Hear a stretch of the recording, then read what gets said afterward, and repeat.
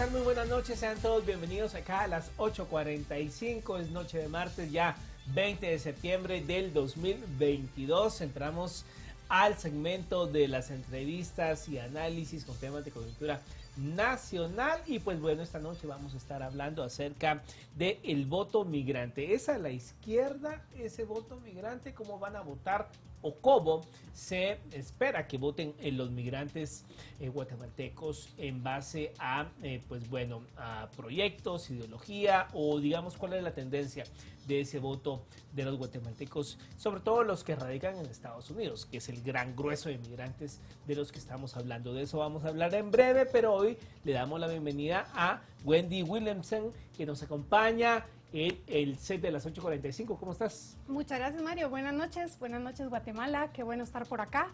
Hoy, cabal, Mario, vamos a hablar un poco del voto extranjero, cómo votan los guatemaltecos. A partir del 2019 se abrió la democracia a los Estados Unidos, que los guatemaltecos tengan la posibilidad de poder votar en Estados Unidos. Hoy vamos a investigar un poquito más acerca de ese tema y ver cómo eso va a impactar las elecciones nacionales en el próximo 2023. Que se fue muy rápido del volando. 2019 al 2023. En nada, ya estamos otra vez en un año electoral, empezamos campañas políticas, así que estamos acá ya investigando cómo va a ser todo el proceso. Y hoy tenemos a dos invitados muy especiales. Mario, contanos quiénes están con nosotros hoy. Por supuesto, le damos la bienvenida al doctor Olav Dickmart. Él es director del Centro para el Análisis de las Decisiones Públicas y profesor de Economía de la Universidad Francisco Marroquín. También le damos la bienvenida al ingeniero José Carlos Ortega, consultor en estrategia y análisis político. A los dos, muy buenas noches. Gracias por acompañarnos. Buenas noches, bienvenidos. Es un gusto. Bueno, comenzamos entonces, Wendy, por favor, con la entrevista. Es un gusto tenerlos por acá, mucho gusto, gracias por estar en este espacio. Queremos ahorita, pues, en el 2019, por primera vez la democracia guatemalteca habilitó los centros de votación en Estados Unidos. ¿Cómo va ese plan ahora para el año electoral 2023? ¿Cómo creen que va a solucionar eso y afectar los votos de los inmigrantes guatemaltecos en las elecciones próximas a llegar? Pues sabemos que, voy a comenzar yo, José Carlos, después te paso la palabra, pero sabemos que hay muchos guatemaltecos en Estados Unidos. No sabemos exactamente cuántos, pero vamos, va a ser como más o menos de 3 a 4 millones de guatemaltecos. Y si nos damos cuenta que más o menos en las elecciones pasadas se emitieron en total 4 millones de votos, entonces podemos ver que eso puede ser un grupo muy importante de aquí para adelante. Ahora, las elecciones pasadas pues sería un voto irrelevante. Estamos hablando de 700 votos, pero vemos también los cuellos de botella que existen para el voto migrante, para que los migrantes en Estados Unidos guatemaltecos puedan votar en las elecciones nacionales del país. Y aquí vemos que efectivamente uno de los problemas era el DPI. Entonces, sin DPI uno no se puede empadronar y entonces uno no puede votar. Claro, entonces vemos el esfuerzo del gobierno de forma muy proactiva de brindar justamente un montón de DPIs a todos los migrantes en Estados Unidos. ¿Con qué finalidad? Pues para que voten. Y obviamente estamos hablando de pasar de unos cientos de votos a cientos de miles de potenciales votos. Probablemente no en las siguientes elecciones, porque no hay tiempo, creo yo, para que se empadronan, pero sí en las siguientes elecciones, por ejemplo, 2027, como bien me corrige José Carlos. Entonces creo que ahí podemos tener una influencia, un impacto muy grande de los migrantes que ya no viven en Guatemala en las elecciones nacionales. Ahora bien, José Carlos, digamos, si vemos los números que ya nos compartió Lab y partiendo de que entre el 2019, esta primera elección con ese, y hay que decirlo, fue un fiasco el primer ejercicio que se hizo de elección en el extranjero, con lo que se está afinando para 2023, pero en el ínterin hay que mencionarlo también, tema de la pandemia, el efecto, los coletazos en este 2002, la inflación que están viviendo en Estados Unidos. O sea, ¿realmente el migrante guatemalteco estaría volteando a Guatemala para emitir su voto, o la realidad que está viviendo allá le hará pues tener que atender la realidad de allá? Gracias, buenas noches primero y a ustedes especialmente hola, Wendy y Mario. Un gusto poder estar aquí de nuevo. Me siento como en casa. Y bueno, la verdad es que hay varios temas ahí que tocas, Mario. Uno es realmente y que lo ha tocado hablar también, es aquellos procesos que no ayudan a que el migrante guatemalteco vaya a votar. Pero uno es obviamente la barrera del TPI, un asunto que pues no tiene que ver solamente con el voto, sino que tiene que ver con que el guatemalteco tenga un documento de identificación que le ayude en muchos de los procesos que existen en el país americano. Por ejemplo, ¿verdad? O sea, poder sacar una licencia, poder abrir una cuenta bancaria, etcétera. Hay una serie de trámites que, dependiendo del estado, dependiendo del lugar, le ayudarán o no a hacer sus trámites personales. Tal vez alguna de las preocupaciones que no estamos tocando de inicio, porque no lo toca el artículo de OLAV acerca de esto, es que con la propuesta de reforma a la ley electoral, si tú ya obtienes un DPI, inmediatamente vas a quedar empadronado. O sea, el trámite se eliminaría. Entonces, ya eliminas uno de los pasos, lo único que tienes que tener es un DPI y entonces quedas automáticamente empadronado. Entonces, todos los que tengan DPI en los Estados Unidos o fuera de los Estados Unidos, pero fuera del país, estarán empadronados. Yo creo que uno de los grandes problemas que existe será la definición, y estará en parte de las conclusiones, que justamente es lo que hay que ver, es si realmente es legítimo, ¿sí? Si es legítimo que haya un voto en el extranjero de estas personas que se van. Y para algunos pues es muy legítimo y vemos otros con una posición completamente diferente. El asunto justamente tiene que ver con que hay unos 3 millones, son los cálculos, ¿no? Olava ahora dijo 4, ya se asusta uno.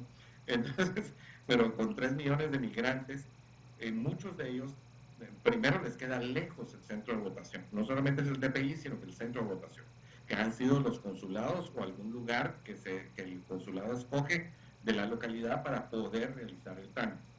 El otro asunto es, porque obviamente no hay suficientes consulados como cantidad de migrantes, o sea, como decir centros de votación y que estos estén cercanos. El otro es que muchos de los guatemaltecos migrantes trabajan el día domingo, ¿sí?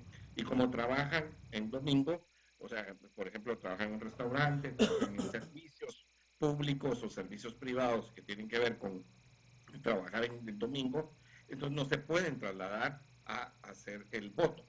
Y después pues, será el interés mismo que hay en la población de seguir conectados a un lugar donde ya sus decisiones pues no son tan vinculantes.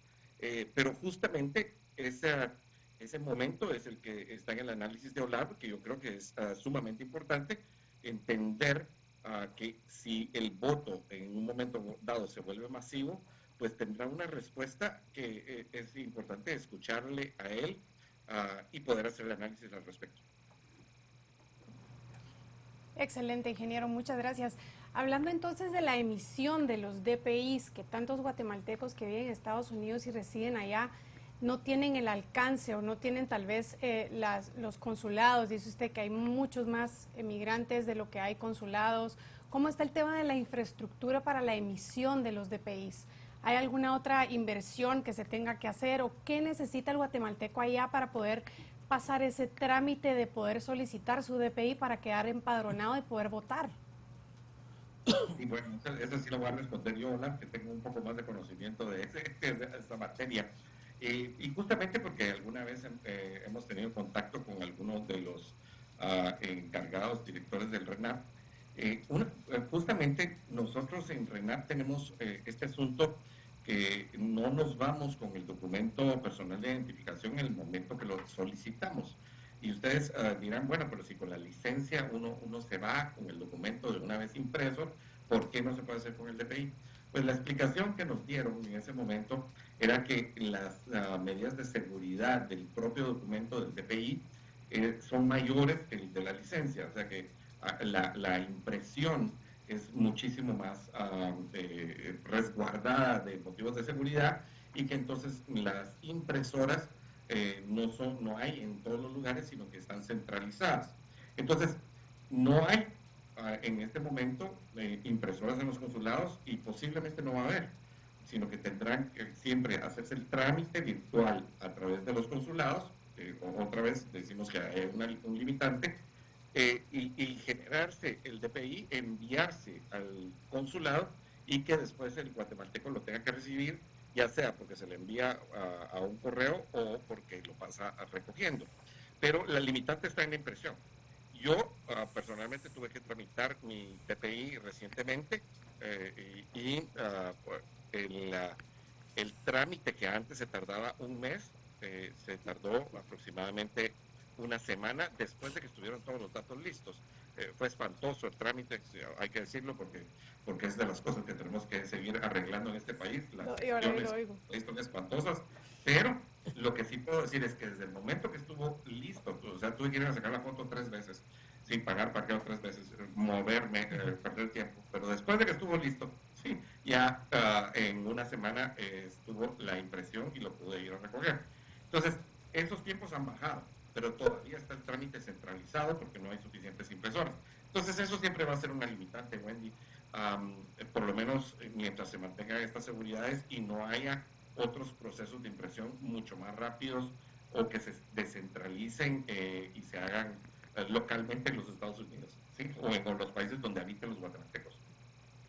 Ahora bien, Olaf, entrando en materia en cuanto a la tesis que plantea en su artículo, la tendencia o la forma como votan los migrantes, o digamos, esta primera experiencia del 2019, cómo votaron los guatemaltecos, y usted plantea que es, digamos, un voto que favoreció a las expresiones de izquierda que en aquel momento, en el 2019, estaban contendiendo.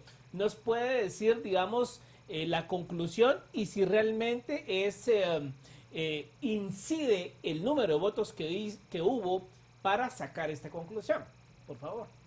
Sí, efectivamente, en el 2019 eran pocos votos, ¿no? Eran 700 votos. Como dijo José Carlos, había mesas habilitadas donde no llegó ningún votante, curiosamente, en Estados Unidos. Y es una duda que más tengo yo, tal vez José Carlos nos pueda ayudar con el dato. Yo he entendido del RENAP que hay unos 65,000 DPI sin ser recogidos en Estados Unidos y que ya tenían impresos unos 400,000 por ahí de DPIs. No sé si es cierto el dato o no sé si yo lo entendí mal, pero me parece obviamente un cambio muy fuerte de 700 votos a ya hablando de miles de votos como en este caso. A ver, ¿cómo votaron los guatemaltecos que sí fueron a votar? Pues la mayoría por la extrema izquierda, por partidos como el MLP, URG WINAC, y luego si sumamos a eso algunos partidos de izquierda, como por ejemplo podría ser Me Encuentro por Guatemala en su momento, pero también la UNE, que la UNE curiosamente no tenía tantos votos en Estados Unidos, pero si sumamos todos los partidos y todos los votos por los partidos de izquierda, se suma a una mayoría. Y obviamente es un contraste muy fuerte con las elecciones nacionales en Guatemala, ya que los resultados ahí han sido completamente diferentes. Obviamente son resultados de la primera vuelta de las elecciones 2019. Entonces tenemos votos por ese sinfín de partidos, no solo por los partidos de los candidatos, sino por todos los partidos, pero la mayoría de los votos se fueron a la izquierda y concretamente casi el 40% a la izquierda, digamos, más radical. Gracias, doctor. Sí, entendemos que es casi un 40% de los votos emitidos para partidos a la izquierda. Tenemos entendido también que son alrededor de 300 votos de los 700 y pico que fueron votos válidos en Estados Unidos, fueron de Los Ángeles, 300 alrededor. ¿Cómo cree usted que tenga eso? ¿En qué manera puede afectar realmente los votantes que están en Los Ángeles? Fueron la mayoría, casi la mayoría de los votantes en total. ¿Cómo puede afectar la vida que se está llevando ahorita en Los Ángeles para los emigrantes de Guatemala respecto al resto de los emigrantes que prácticamente no llegaron a votar y faltó ese porcentaje tan alto? ¿Puede usted cree que haber algún cambio que se hubiera podido tal vez un poco dividir hacia tener un poco más de votos al otro lado, dependiendo de la región en Estados Unidos? Para los que conozcan Estados Unidos, es un tema interesante porque sí, la mayoría de las mesas estaban habilitadas en California. Y sí, hay bastantes migrantes guatemaltecos en California. Sin embargo, no solo en California, también están en otros lares de Estados Unidos. Pero si ustedes conocen un poco Estados Unidos, conocen la ideología dominante en Los Ángeles versus un estado, por ejemplo, como Florida o Texas, donde típicamente en las elecciones americanas el partido republicano pues tiene un mayor peso, ¿no?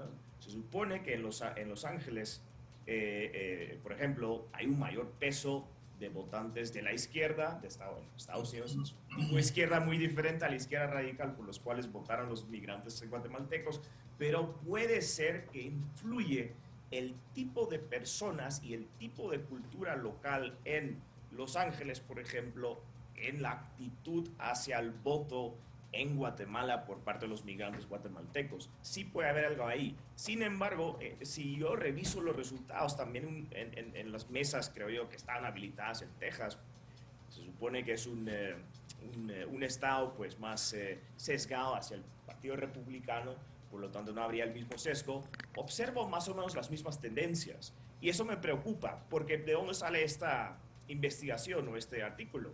Pues en gran parte por observar los migrantes latinoamericanos, por ejemplo los cubanos, por ejemplo los venezolanos, que en su mayoría en estados como Florida, pues terminan votando para la derecha en Estados Unidos, en las elecciones nacionales en Estados Unidos. Son, digamos, migrantes que vienen de países donde la izquierda gobernó por muchos años. Creo que el ejemplo más claro, obviamente, es Cuba, donde Fidel Castro pues reinó por muchas décadas, más de 6 décadas, y donde tuvimos el Mariel, donde la gente tuvo que salir huyéndose del país por el mar, atravesando básicamente el camino marítimo de Cuba, del Boulevard, del Malecón, creo que lo llaman ahí, hacia la costa de Florida, con muchas víctimas, con mucha gente que termina pues falleciendo en el camino, y estas personas, podemos decir, están curados de las promesas de la izquierda en sus propios países, llegan a un país nuevo y entonces cambian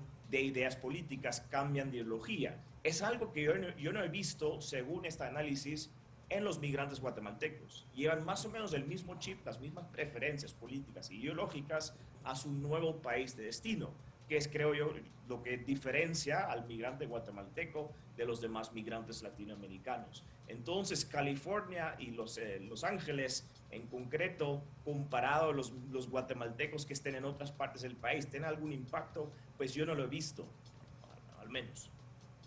Ahora bien, José Carlos, digamos, mencionabas tu intervención anterior algo así como que, digamos, hay decisiones de los migrantes que quizá las decisiones que están tomando allá o su forma de vida allá, pues realmente ya no tiene mucha conexión con el país que decidieron dejar. Y te pregunto la siguiente cuestión, que ya lo hemos hablado acá. Por ejemplo, si uno revisa los números, son aproximadamente unos 45 o 50 millones de mexicanos en Estados Unidos. Para la elección de Peña Nieto votaron entre 150,000 y 170,000, de 50 millones. Si uno revisa los números de los salvadoreños, uno concluye, a los migrantes mexicanos y salvadoreños no les interesa lo que está pasando en su país.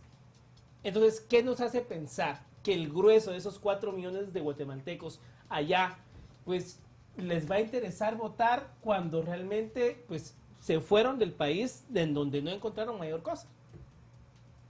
Bueno, mira, siempre puede pasar. O sea, el asunto de que no esté pasando no quiere decir que no pueda pasar. Hay momentos en la vida de las naciones en que hay situaciones.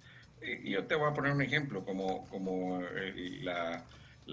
yo le llamo la revolución a la Tortrix de 2015, o sea, todas las manifestaciones de la plaza, un sentimiento colectivo nacional de que las cosas pueden cambiar, y en ese momento se unen los conglomerados, incluyendo a la gente que está afuera, para intentar rescatar aquello que se había perdido. Entonces, sí hay una posibilidad. Yo no te voy a decir que los 4 millones o los 3 millones van a ir a buscar el voto, pero sí puede ser una masa suficiente como para tener una incidencia importante en el voto.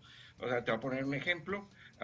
Te recuerdas bien que justamente en el 2015 los márgenes de diferencia entre el segundo y el tercer lugar en la primera vuelta, de hecho los tres márgenes eran pequeños entre el primero, segundo y la tercera, pero entre la segunda y el tercero se dio al final de la noche y ya con márgenes escasísimos. Entonces, esa clase de situaciones sí pueden suceder.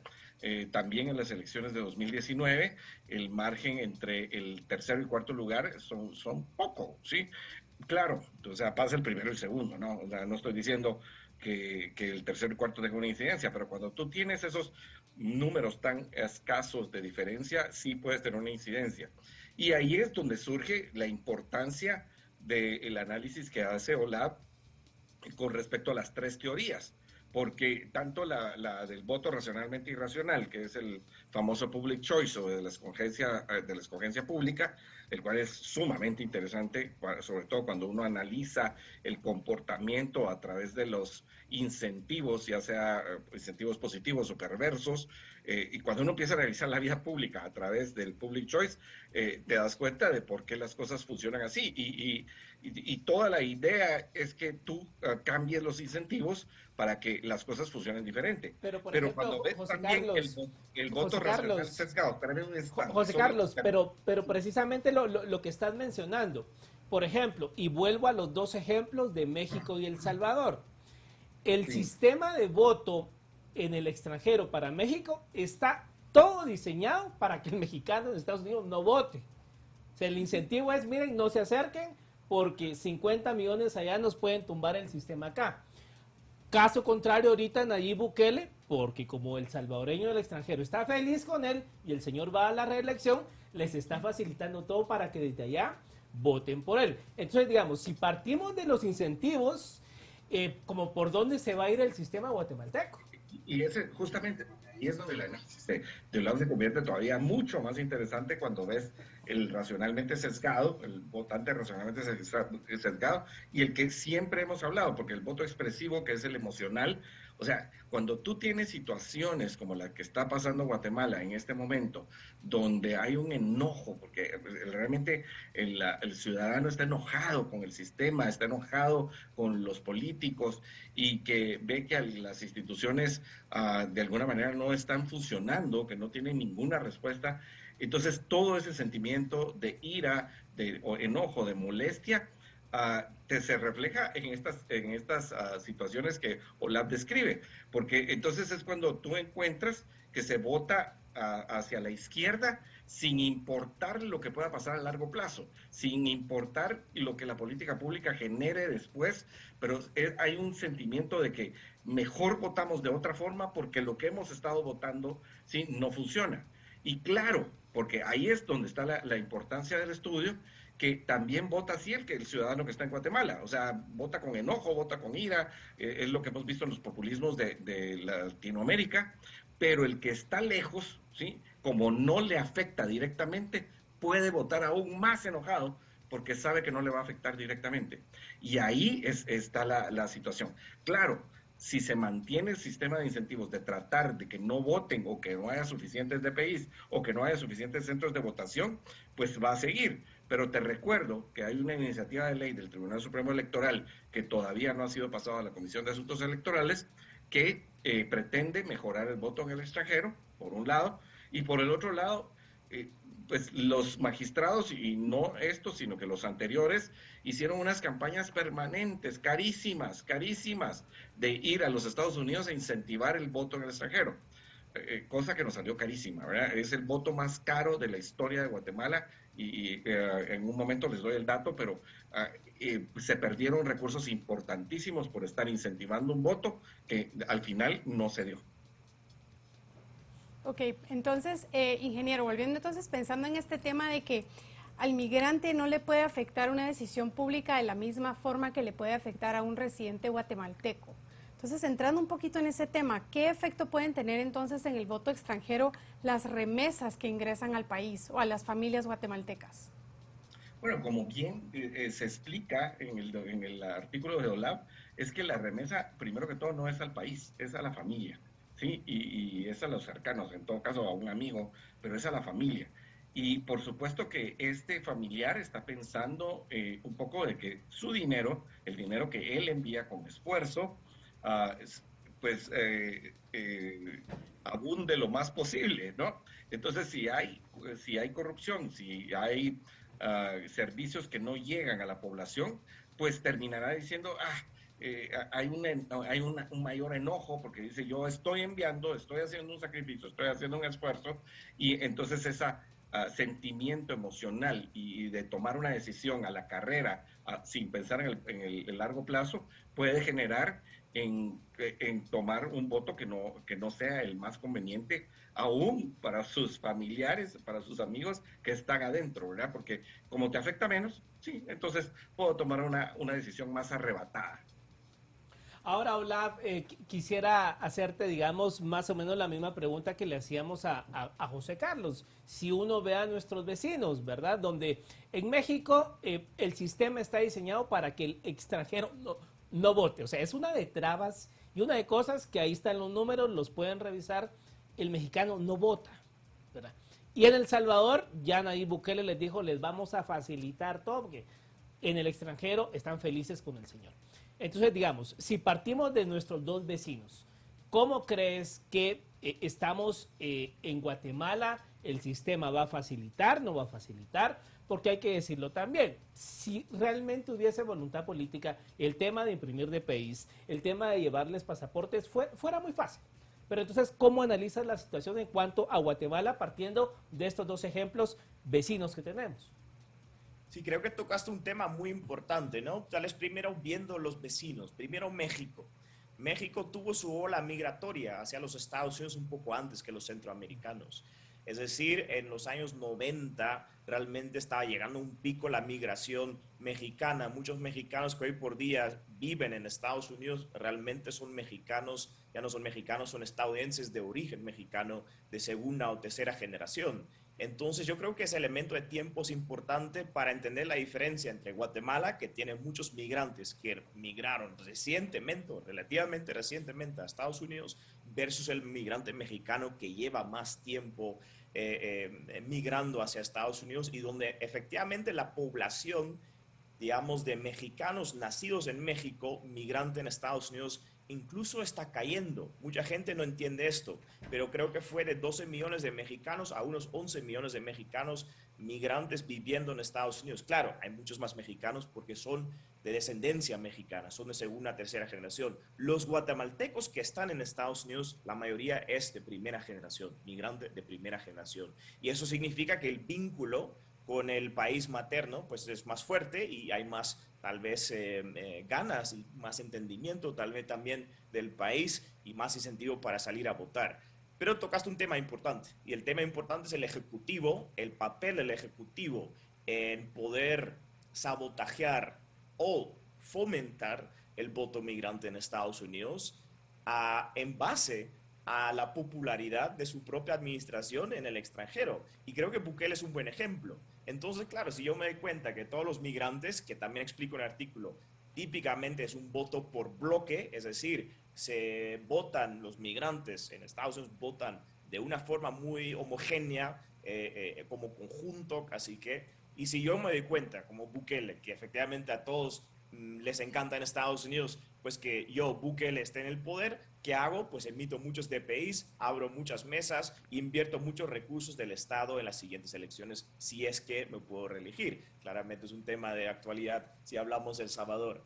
Pero también lo contrario, ¿no? Es decir, si un ejecutivo ve que en las elecciones hay un voto migrante fuerte y quiere sabotajearlo, pues es relativamente fácil sabotajear desde el Ejecutivo. Yo no creo que de este poder debe estar tan claramente en el Ejecutivo, pero por el otro lado, como también explico en el artículo, yo creo que el voto migrante es un voto que no es válido, que no es legítimo, que uno cuando escoge dejar de vivir en un país, cede su voto porque ya no le afecta la misma forma que antes las políticas públicas que el partido ganador termina implementando en el país. Yo soy holandés. ¿Puedo votar en Holanda? Sí.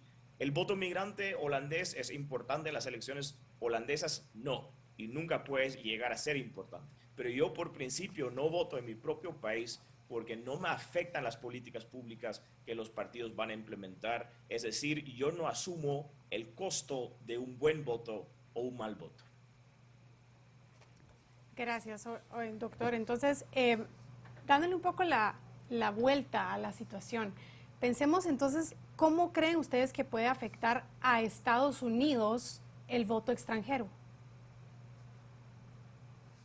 Bueno, esa es una magnífica pregunta, Wendy, porque justamente lo que Olaf plantea, que es también una tesis que yo defiendo, es que tú debes votar en donde estás, ¿sí? Y que si en todo caso tú quieres tener el voto en el extranjero,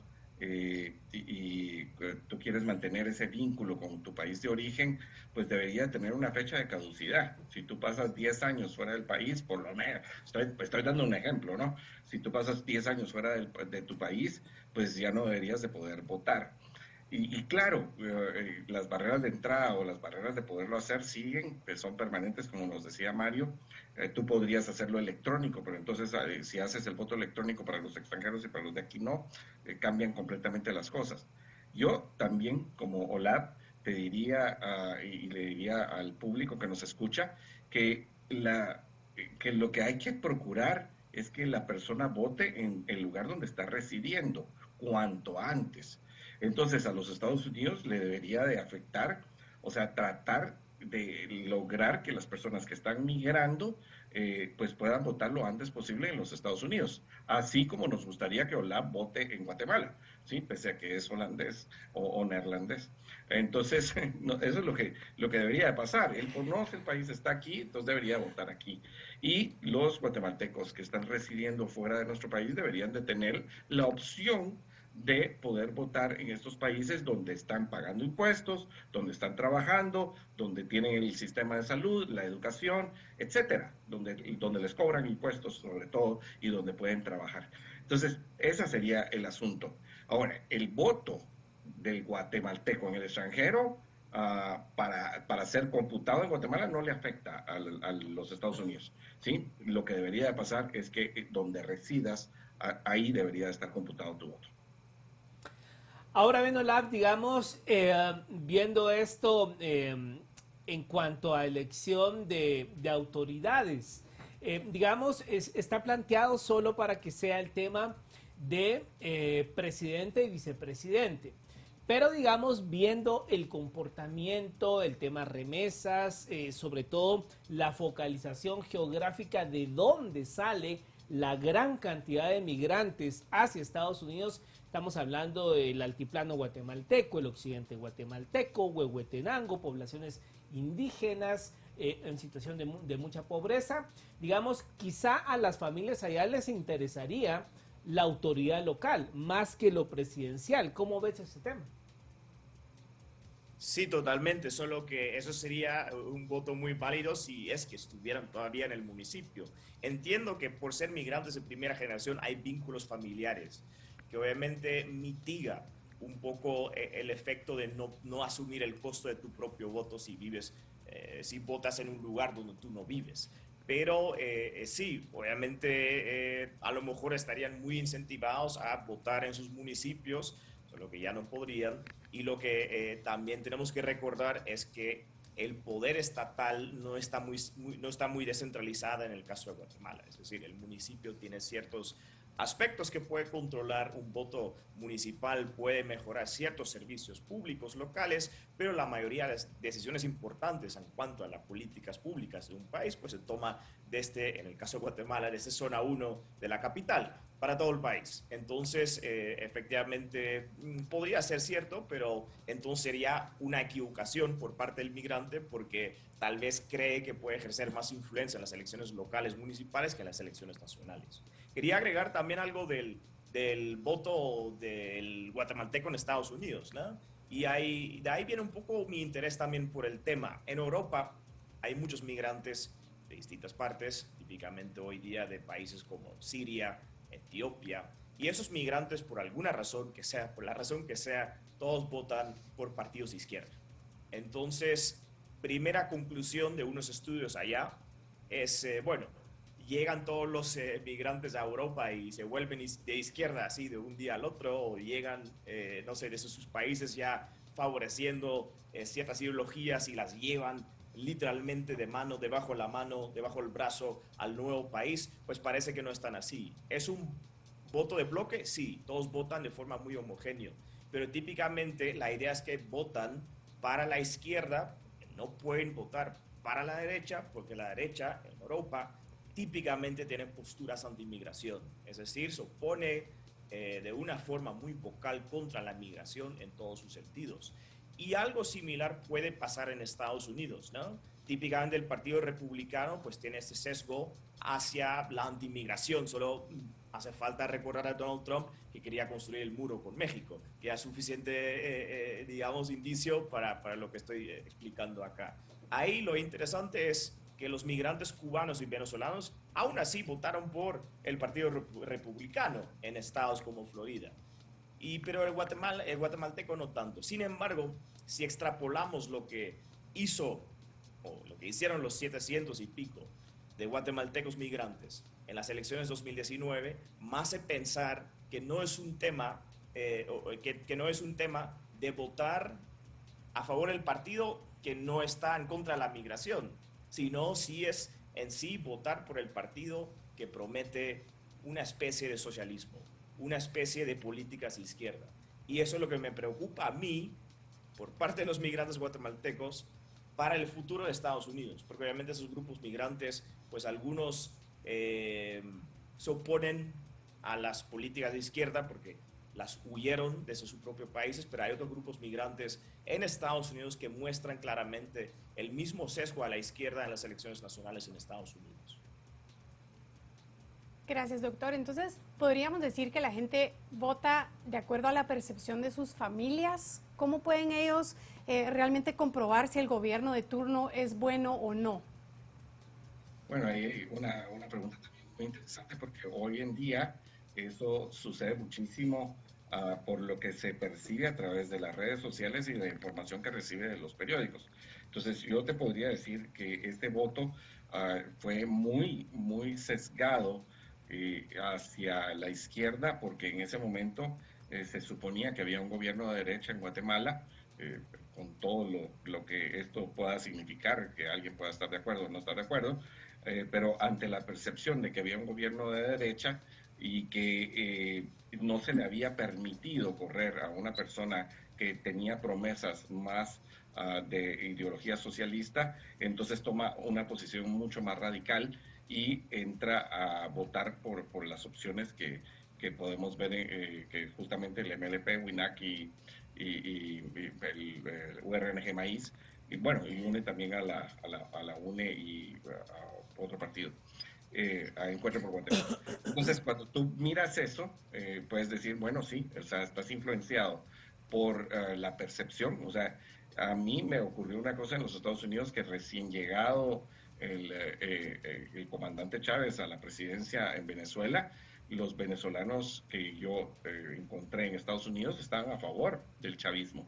Es decir, y hoy por hoy, pues muchísimos ya no están a favor del chavismo, porque en ese momento era el líder que iba en contra de la corrupción y en contra de la política tradicional, etcétera, ¿no? Entonces, eso puede ser que haya pasado en el 2019 en Guatemala, ¿verdad? Esa idea de que justamente es una de las hipótesis aquí que nos plantea OLAP. O sea, cuando tú tienes un interés especial, digamos, anticorrupción, no te importa ver que la política pública después pueda arruinar al Estado. O sea, las políticas socialistoides, o sea, terminen haciendo este tipo de declive en el país, tal como ha ocurrido en otros lugares. Eso lo podemos ver a través de la historia, ¿verdad? Pero tal vez también rescatando algo que decía Olaf, que se ha podido ver en el voto en el extranjero, es que cada vez que el Partido Demócrata en los Estados Unidos se ha radicalizado más con políticas antifamilia y anti algunos valores tradicionales que todavía persisten en las familias latinoamericanas, pues ha habido una tendencia a que el voto se ha ido más hacia el lado republicano, ¿verdad? Claro, está el asunto anti-inmigración, que es importante, pero cuando recibe una compensación económica de tipo trabajo y además de eso está recibiendo conforme a su cultura y sus valores, puede ser que la tendencia vaya hacia otro lugar. O sea, hay que buscar, hay que tener esa amplitud de entender cuáles son realmente las necesidades de las personas, y es ahí donde pues mucho, o sea, cuando uno puede irse a que ofrecer trabajo para que la gente esté mejor, ¿sí? Y que sea la compensación, el fruto de su trabajo, de su propiedad, de su libertad, pues puede ir por ahí el ofrecimiento para que las personas voten más racionalmente. Pero José Carlos, digamos, partiendo de lo último que mencionabas, digamos, el guatemalteco que se va de acá y allá tiene que, en primero, empezar a pagar la deuda del coyote que dejó acá. Buscarse 1, 2, 3, hasta 4 trabajos. Ver cómo manda más dinero para que se venga o la esposa y llevarse a los hijos. Y después pagar la deuda de la... O sea, realmente ese guatemalteco tendrá el tiempo para ponerse a ver este partido de izquierda, este candidato de derecha. ¿Realmente habrá ese tiempo? No hay ese tiempo, y por eso justamente ese es uno de los costos. El costo más importante es ese costo de poderse informar adecuadamente de algunas situaciones, ¿verdad? Y eso es en dónde viene mi compensación más rápida, ¿de dónde viene esa compensación? Entonces, localmente, eso es lo que se explica en el artículo. O sea, si yo lo que estoy buscando es, y creo que la corrupción y que la falta, la actitud antiempresarial me van a ayudar localmente, entonces voy a votar para el otro lado. Pero cuando tú te fuiste por falta de oportunidades y no te vas a buscar el welfare al otro país, sino que lo que vas a buscar es seguridad, justicia, para poder trabajar y poder ahorrar, para hacer todo aquello que tú dijiste, entonces puedes decirle, mire, ¿sabes qué? O sea, es que lo que necesita tu país es algo igual, ¿sí? Es que tú puedas generar, ¿sí?, en tu propio país. Entonces, no está tan lejos porque puedes llenar los incentivos de la persona, ¿verdad? De cada individuo de una forma mucho más fácil. Lo que pasa es que no sé, los grupos de interés no están dejando que eso suceda. José Carlos, ¿de alguna manera los migrantes que envían remesas sí son de incidencia en Guatemala? Por supuesto, por supuesto. Yo creo que ese dato lo tiene mejor Olaf, pero si no recuerdo mal, estamos arriba del 10% del PIB. Las remesas no generan PIB, ¿verdad? Eso es un punto importante, pero sí es parte importante de la estabilidad macroeconómica. Y bueno, yo mejor esa que la termine de contestar Olaf, porque yo sé que esos datos los tiene él en la punta de la lengua. Sí. Pues sí, la remesa es importantísima, pero también crea cierta dependencia por parte de los guatemaltecos. Eso es algo que explico en el artículo. Si hay muchas familias, muchos hogares guatemaltecos que reciben remesas, que pueden sumar a cientos de dólares al mes, incluso puede ser un desincentivo para el trabajo. Es decir, ¿para qué trabajar si puedo vivir perfectamente bien en mi aldea con $400 al mes que me manda un familiar de Estados Unidos? Y obviamente, si yo recibo dinero de Estados Unidos, no tengo por qué exigir mejores condiciones a los políticos locales. No tengo por qué enojarme con las malas políticas públicas del país. No tengo por qué exigir mejores oportunidades laborales. ¿Por qué? Porque estoy cobrando unas remesas que cada vez son más generosas de Estados Unidos. Efectivamente, las remesas pues están en niveles altísimos. Creo que estamos cerca de 15% sobre el PIB, sobre el Producto Interno Bruto del país. Es un montón. Y ha subido casi que 40% durante la pandemia. Estamos hablando de montos extraordinarios, pero eso es bueno para el país, pues claramente qué bueno que estos hogares tienen mayor poder de compra, pero hay un lado oscuro de las remesas que típicamente no lo terminamos discutiendo en Guatemala, que sí existe y que justamente pega en el tema que hemos discutido el día de hoy, las elecciones, y exigir políticas públicas buenas. Y creo que ahí soy un poco pesimista. Soy pesimista porque yo creo que el votante, y como bien lo explicaron allá, el votante no es un votante informado, es un votante que se deja guiar por sesgos, por emociones, por narrativas baratas y fáciles, pero eso al final no importa, ¿no?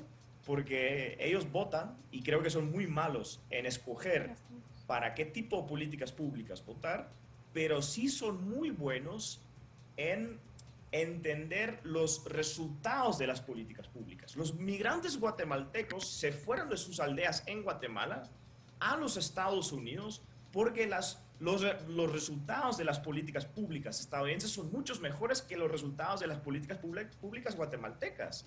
Están votando con los pies y yo creo que el votante es muy bueno en saber dónde las condiciones de vida son mejores que en un lado versus el otro lado, pero que son típicamente pésimos en juzgar y evaluar las políticas públicas que ofrecen los distintos partidos políticos.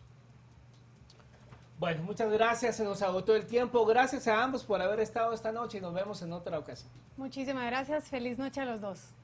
Buenas noches, muchas gracias por ambos. Feliz noche. Adiós. Bueno, Wendy, esperemos en este 2023, ya el otro año, a ver cuál es el comportamiento, si se logra que más guatemaltecos radicados en Estados Unidos se acerquen a las urnas y que sea un segundo ejercicio pues más satisfactorio de lo que fue en el 2019.